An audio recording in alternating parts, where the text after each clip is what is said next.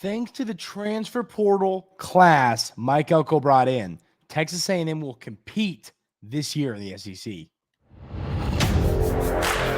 You are Locked On Aggies, your daily podcast on the Texas A&M Aggies. Part of the Locked On Podcast Network, your team every day.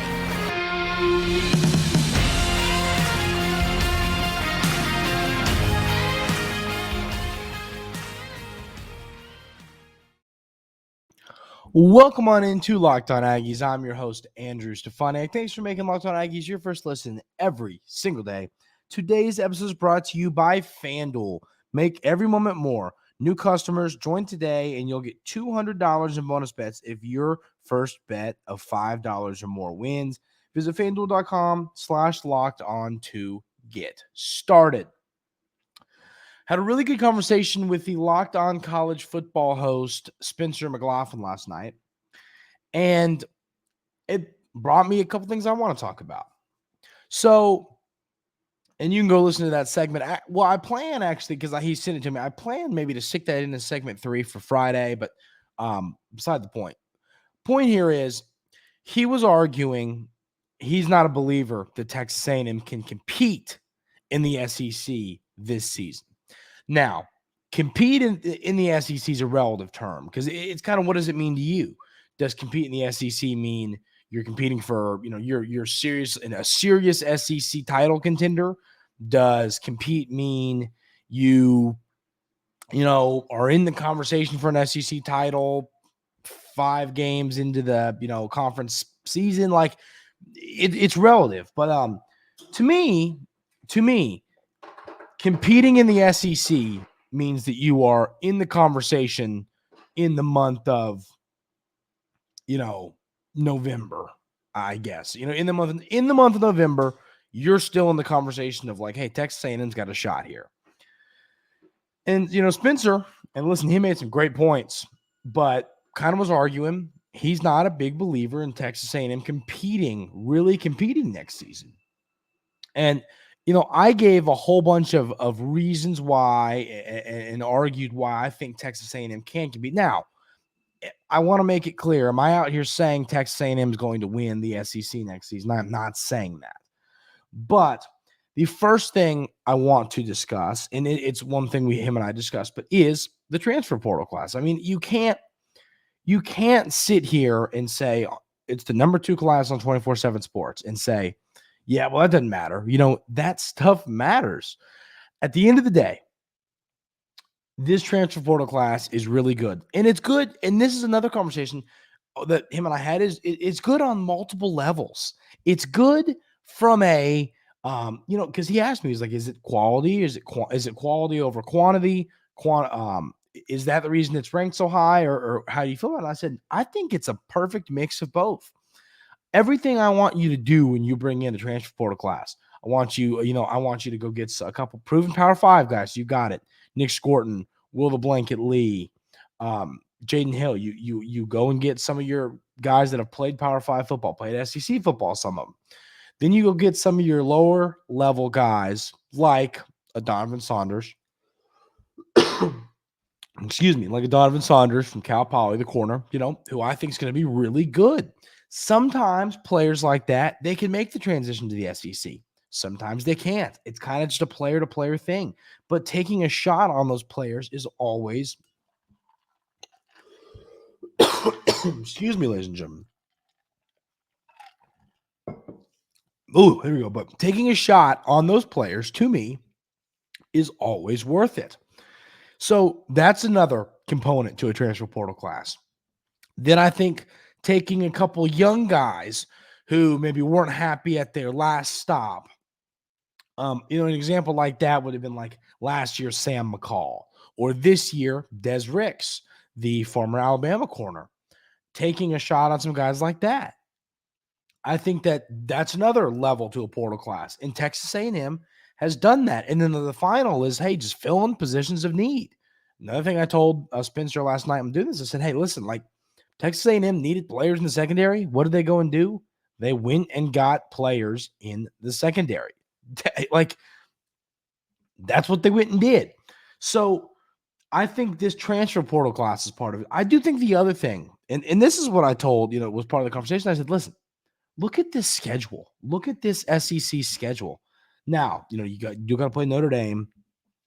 But I mean, I said time and time again last night when I was recording with Spencer, I said, listen, you're playing all of your difficult games, or the more, I mean, here's the deal. SEC football games or SEC football games, they're all a grind. But all of your games that we're going to mark the calendar or be concerned about are at Kyle Field. I mean, look, you got Missouri at home, LSU at home, Texas at home. And then obviously Notre Dame is the other game at home. But then you got Arkansas, neutral site, at Mississippi State, at South Carolina, at Auburn, at Florida. All of those road games, I think, are winnable football games. I think if you take and then you take care of business against Arkansas. Now, if you win those 5 games, you're really in business in the SEC. It is hard to win on the road in the SEC. Could Florida be better than we're anticipating? Could Auburn make a run and be a little bit better than we think? That stuff's going to be important. But if you do that, if you take care of those 5 conference games away from Kyle Field, and then Missouri comes to town, LSU comes to town, Missouri, LSU, and Texas comes to town, and you find a way to steal one of those, you can be 6-2 in the SEC. So that is what I'm saying. There is a world where Texas A&M can win 9 football games next season. And, you go 6-2 in conference play, you never know in the new landscape. I mean, and once again, the other thing I have here, you aren't playing. I know that Alabama is no longer Alabama, at least right now. We'll have to see what Coach Kalen DeBoer, and I'm not saying I don't believe in Coach Kalen DeBoer. I'm just saying, like Nick said, the bad man is gone, and so it's going to be a little different there. But the top dogs in the SEC, obviously the Longhorns, but Ole Miss and Georgia, you don't got to play them, So you got to play Texas, but you play Texas at home. You don't got to mess with Bama or Georgia or Ole Miss, excuse me. And LSU, what do they look like? Their quarterback situation. They got the Nussmeier going. Is he going to be? There's a lot of question marks around some of these good teams. Jane Daniels is moving on. And so now Missouri once again. I think Missouri is a good football team. I am still not quite to the point where I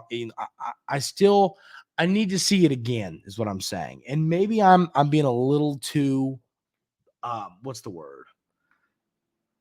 Maybe I'm not buying in enough to Missouri.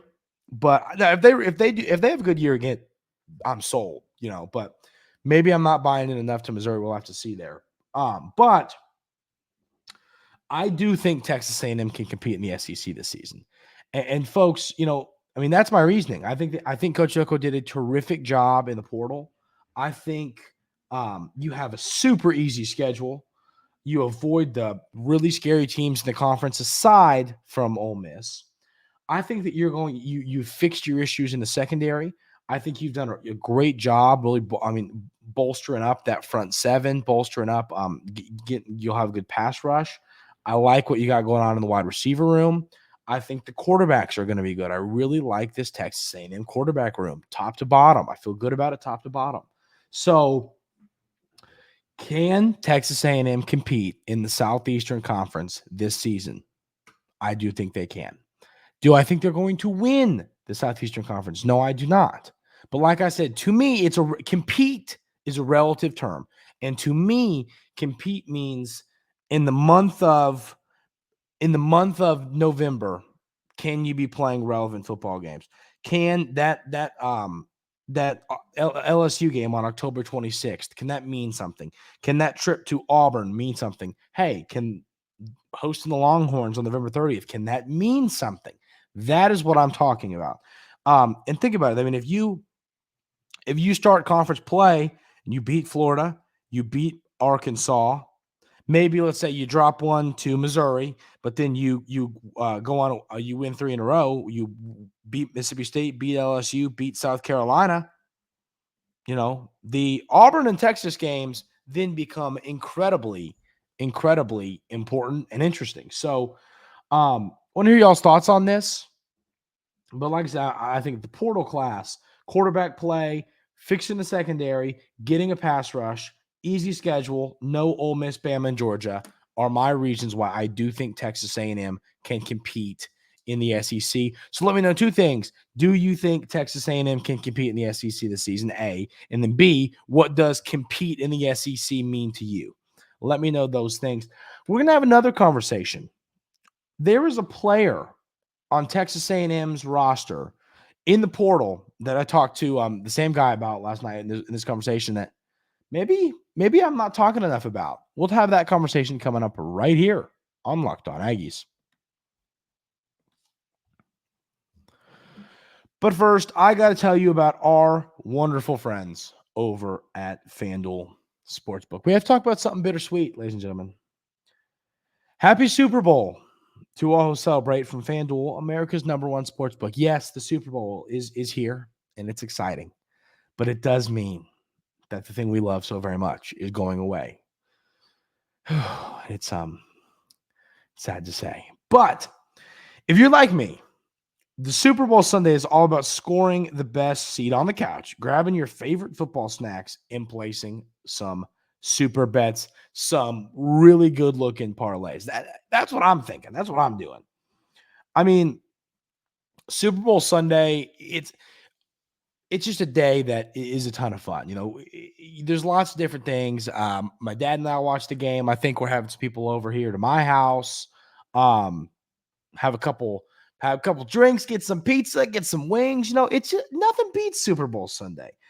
And FanDuel has so many ways you can end the season with a W or 2 or 3.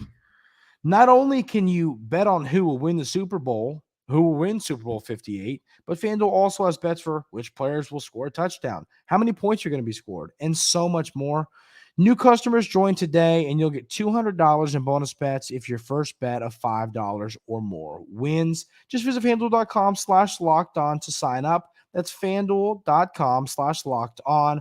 Make every moment more with FanDuel, an official sponsor of the NFL and the Locked On Podcast Network. So, had another conversation about a player that so Spencer, who does the Locked On College Football Podcast, used to do a lot of different Pac-12 related things. Obviously, rest in peace to the Pac-12. But he was talking about E.J. Smith, the former Stanford running back. And this was before we recorded, actually. This wasn't part of the show. This was just a conversation we had before we recorded that segment to his show. And he was talking about how he's really high on E.J. Smith. He's a player who he thinks was extremely underutilized at Stanford. And he thinks in the right system with the right amount of usage can be a really good football player for Texas A&M. So that made me want to kind of have this conversation again. And I'll tell you, it's funny because Texas A&M's kind of in a spot right now, a really good spot in the running back room, in my opinion. I mean, Le'Veon Moss, Amari Daniels, and Ruben Owens, I think you're in a really good spot in the running back room. Then you bring in a guy like E.J. Smith. And watching the tape on him, obviously he looked good running the football. There's no question that he looked good running the football.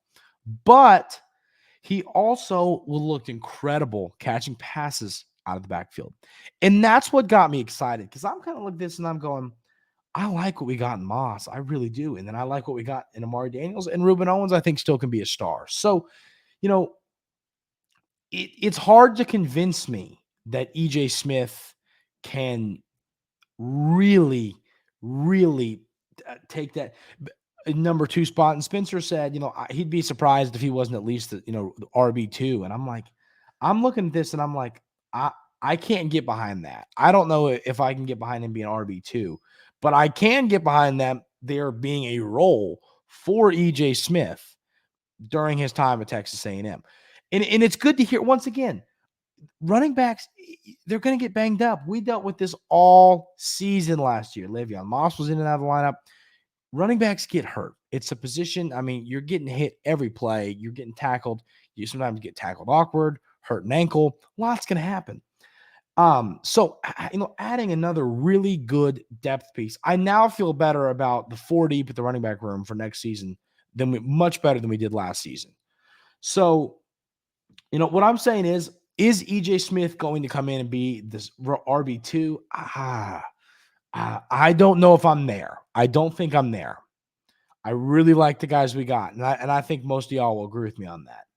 But I also do think that EJ Smith, hearing how good he is and how good he can be in the right system, just makes me feel better about this room as a whole. I mean, if you've got 4 running backs who can, could all be the running back one, that is a good thing to have. Once again, it's like I talked about having 3 good quarterbacks like Texas A&M is going to have next season.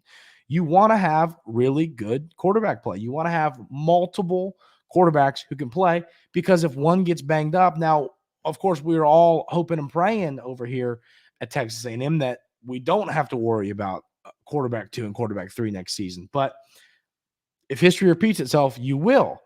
And running back is another position that you see a lot of players in and out of the lineup with injuries. So having 4 guys who can really compete, who can really play at that position, it's something that can really give Texas A&M a good shot to be a good football team this season and compete. So I don't know if I was high enough. If I was high enough on EJ Smith, but this is another point, and I kind of talked to Spencer about that. I said, I don't know if I'm with you on the whole, work his way into the RB2, but he is so. But basically, he ended up saying, "Listen, he's not going to get buried," is what he was saying. So EJ Smith, it sounds like to me, is going to play some relevant snaps for Texas A&M, which, once again, I thought he was going to be used more as a pass catcher because he looked really good doing it on tape, and I still think he could be used in that role, but I just think he's an overall better football player than I was giving him credit for. So I'm anxious to see what his role does look like. How much do we see him out there? But I'm really high on Le'Veon Moss this season, ladies and gentlemen. I just think with the offensive line taking that step like we anticipate and getting better and better like we anticipate, and Coach Klein just finding a way to elevate this run game. He did a great job with the run game at Kansas State. Can he elevate the run game here at Texas A&M? I think he can. And I think Le'Veon Moss can be one of the best running backs in the SEC. But if he's got a supporting cast of Amari Daniels, Reuben Owens, and EJ Smith that are all solid running backs who could start at a lot of Power 5 schools, that is a very nice thing to have. So this running back room is really interesting to me, ladies and gentlemen. So I do want to hear y'all's thoughts on that. Are y'all in on EJ Smith at all? Are y'all in on his role being a little more, a little larger than maybe I expected? Maybe some of y'all expected. And that was good news. So last year, of course, he had 53 carries for 218 yards and a score at Stanford, and 33 receptions for 242 yards. So, I want to add say the point one more time. Is his reasoning for liking EJ Smith was he thought he was a good player who wasn't used the right way, and it was kind of the system that Stanford was running, and it just wasn't working well. And I think so he was kind of saying, hey, if you use this guy well and use him in the right way, he can be a really good football player. So are y'all in on that? Are y'all in? And then how good do we feel about the running back room as a whole? I want to hear all y'all's thoughts on those couple of topics in the comments, because after hearing how good EJ Smith can be, I feel a whole heck of a lot better about the running back room than I already did. And as y'all know, I felt really, really good already about the running back room. So let me know y'all's thoughts on that in the comments. We have to have an interesting conversation about the basketball team. I did a little research to kind of see, where's Texas A&M at? Where do they need to get to make the NCAA tournament? And, to really have a shot at this. We're going to have that conversation coming up right here on Locked On Aggies. But first, I want to tell you about our wonderful friends over at Jace Medical. I know we come to sports to escape from the crazy realities of life, But can we talk for just a minute about preparing for real life? According to the FDA, pharmacies are running out of antibiotics like amoxicillin right in the middle of the worst flu season in over a decade. That is scary. I can't imagine a loved one, someone, a child, significant other, whatever, getting sick, and these supply chain issues keep them from getting these life-saving medications they need. Thankfully, we'll be okay because of Jace Medical. The Jace case is a pack of 5 different antibiotics to treat a long list of bacterial illnesses, including UTIs, respiratory infections, sinus infections, skin infections, among others. This stuff can happen to any of us. Visit jacemedical.com and complete your physician encounter. It will be reviewed by a board-certified physician, and your medications will be dispensed by a licensed pharmacy at a fraction of the regular cost. It's never been more important to be prepared than today. Go to jacemedical.com and use offer code LOCKEDON to get $20 off your order. So, ladies and gentlemen, the basketball team is in a very interesting point right now. So I want to pull up bracketology because we found out a very interesting where the Aggies are kind of sitting right now in bracketology. So let me pull this up. So on the bubble, I think or is it last 4 buys? Oh, did they move us back in a little bit? Oh, I think we moved back in a little bit. I think at one point we were at the last 4 buys. Let's see where it has us going.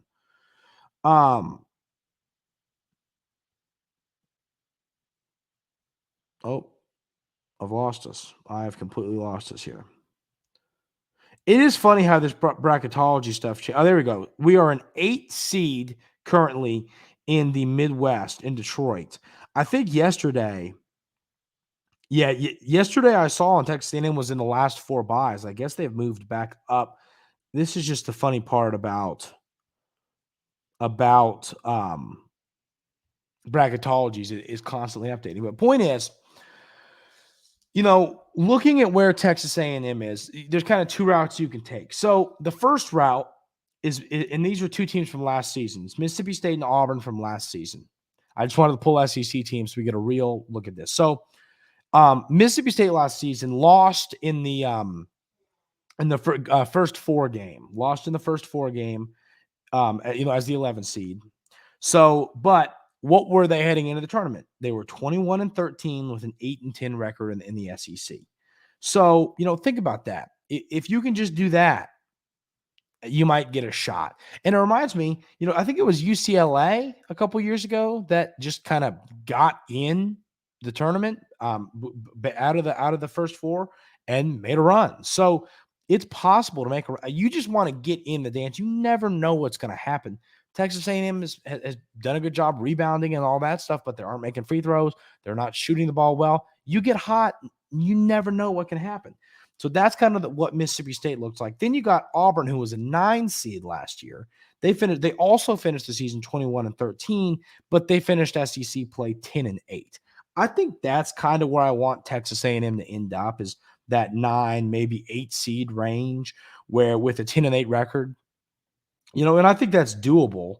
I do think that is definitely in a spot where it's doable. So currently Texas A&M is 12-8 overall and 3-4 in SEC play. So that means in your remaining 11 games, if you can go 7-4 in SEC play, which is possible. I mean, I pulled up the numbers here. If you can do that, if you can go 7-4 in conference play in your remaining games. So now let's pull up Texas A&M schedule and run through some of these. So you've still got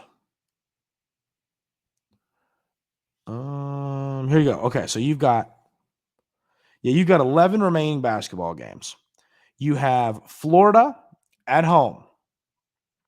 You have because coming up on Saturday at 4.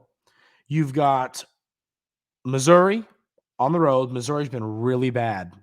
I think you got to win those 2 games. You got to win the home game against Florida. You got to beat Missouri. Tennessee's coming to town.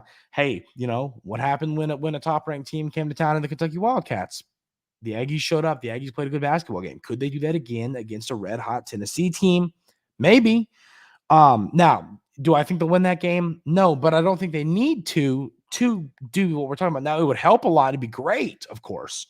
But then you go to Vandy, game you got to win. Got to win that game. Go to Alabama. That's a tough one. They're shooting the ball well right now. But the thing about Alabama is if they don't shoot the ball well, they can. If they shoot the ball well, they're the number one team in college basketball. If they don't shoot the ball well, they are horrible because they don't play much defense. So they're kind of one of those teams. If you get them on a night where they don't shoot, and that's why they're not going to make a deep run in March. But if you get them on a night where they don't shoot the ball well, you can beat them, but that's still going to be a tough one.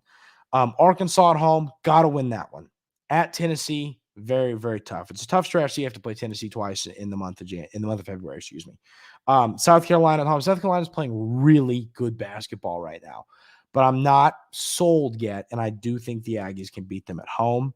And then in March, you got 3 games. You got to go to Georgia. Once again, a basketball team that definitely you could say has exceeded expectations a little bit, but I still think Texas A&M is better than and can beat.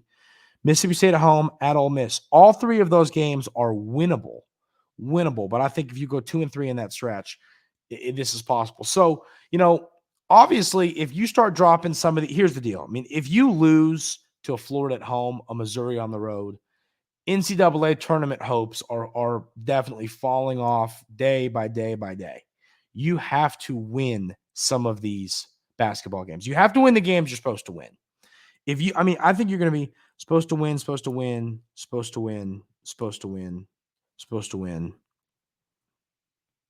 Yeah, if you win the games that you were supposed to win, you're going to make the NCAA tournament. Maybe if you lose one, you're supposed to win, and win one, you're supposed to lose. Help that'll cancel itself out. But point is, Texas A&M controls their own destiny. If they win basketball games, if they play good basketball down the stretch, they will be in the NCAA tournament. If they don't, they won't be. And it is really simple as that. But a lot of big games coming up for the Aggies if they want to make the big dance. That is going to do it for today's episode of Locked On Aggies. Like I said, let me know all those things I asked for. Can the Aggies compete in year one? Thoughts on the running back room. And then let me know, will the Aggies make the NCAA tournament, and what seed do you think they might end up being? Let me know all those things in the comments. Hope everybody has a great rest of their day today, and we will see you tomorrow.